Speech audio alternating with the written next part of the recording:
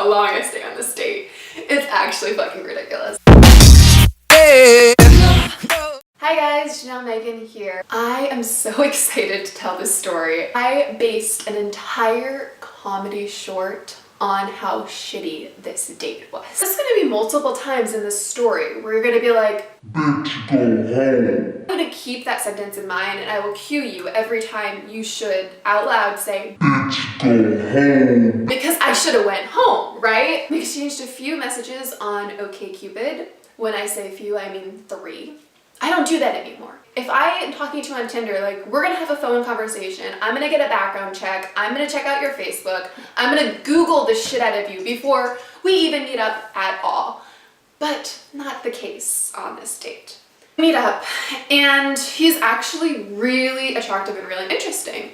And the date, as most of these horror story dates, I feel like they always start off really well. Like, the guy is remotely charming, he's nice, and the wine's flowing, and you're like, oh, like, this might actually work out. And little by little, I started to get these red flags.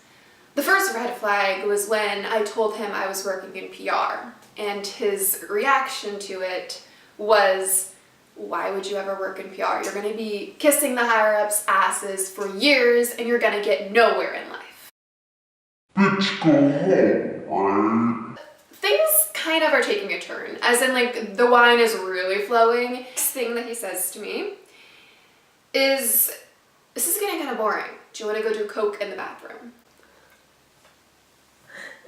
Do you want to go do coke in the bathroom? Do you want to go do coke in the bathroom? And so my reaction, of course, is, no, thank you. So he leaves to go do coke in the fucking bathroom. Also being really rude to the waiter. You know it's a bad date when your date goes to the bathroom and you need to apologize to the waiter for his behavior. I turn to the waiter and I say, hey, I just met this guy, I'm really sorry. And he goes, first date with this guy? And I was like, yeah, it's probably gonna be the last. And he's like, yeah, make it your last. He's been in here with a new girl every single night this week. Are we surprised? This is the part where you're all thinking, bitch, go home. Go home. The bitch doesn't go home. He comes back from the bathroom, coked out of his mind. I'm a little buzzed on the wine and the fact that I just found out my date's been in here every single night this week with a different girl. Turns to me and he's like, we should go to a club. Like, I know this super sick club. Like, let's go and hang out at a club. Like, I don't even want to be in, like, a bar with this person, let alone like a crowded dance floor. I don't know what made me say yes, but I said yes, okay? I was a different person back then. I really was. I made bad decisions because I wanted to see what would happen.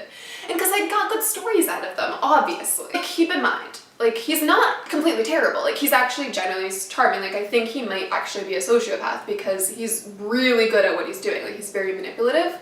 We're walking to the club. And we're kind of like strolling along, and I'm cold, like I'm in a fucking black cocktail dress because I thought we were going to a wine bar. He turns to me, he's like, oh, you look cold, do you want to wear my jacket? And I'm like, oh my god, see, I can change them. I can change him. He has the sweetness inside of him. He wants to be good, he does. So I take his jacket, and we have this beautiful romantic moment, and he turns to me and he says, that's Versace. Don't fuck it up. Talking for a long fucking time. And finally, like, a cab rolls by and like he hails it down and we get in a cab. Keep in mind, this guy, this whole night has been talking about how much money he makes, how much more money than me he makes, specifically. $15 cab ride. He turns to me. You got this right, babe? So whatever, pay for the cab ride. You're thinking it, right? We get to the club. And there's a huge line to get in. And he's like, don't worry, I got you. Don't worry, everyone knows me here. We're good, we're good. I'm thinking in my head, we're not good. This guy's about to make a complete ass out of the two of us. He like goes over to the bouncer that has a list and she's like, are you on the list? And he says his name. She's like, yeah, sorry, I don't see this name on the list. Are we surprised? And he's like, I'm on every list. And she just looks at him and she's like, I don't know who you are, sir. I'm just standing there like dying inside because I'm completely helpless. Like, I'm watching this guy literally dig his own grave, and he's like, no, like, you're obviously are mistaken. Like, I'm obviously on this, I'm on every list. Like, don't you know who I am? He literally says the words to a New York bouncer. Don't you know who I am? Like, are you an actual cliche of a douchebag? Like, well, who are you? He says, obviously, I fucking don't. So he pulls up his blog and he proceeds to Google his name in front of her. She's like, I don't give a fuck, you're still not getting in. So he, defeated, comes back to me and he's like, yeah, we're gonna go another place. We're gonna go to a better place. And me, having finally reached my limit, although I'm sure a lot of you watching this are like, I would have reached my limit like at the fucking wine bar a long time ago, was like, you know, I don't feel like paying for cabs all night for you to get denied at clubs. And I hailed my own fucking cab and I went home.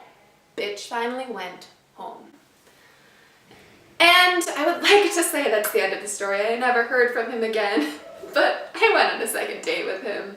And that you will just have to find out about in the next video, or another video I make if you enjoyed this one. If you want to see the next time I went out with this fucking insane person, leave a comment below, tune in, give it a thumbs up, and subscribe because I have so many of these ridiculous fucking stories. Bye guys!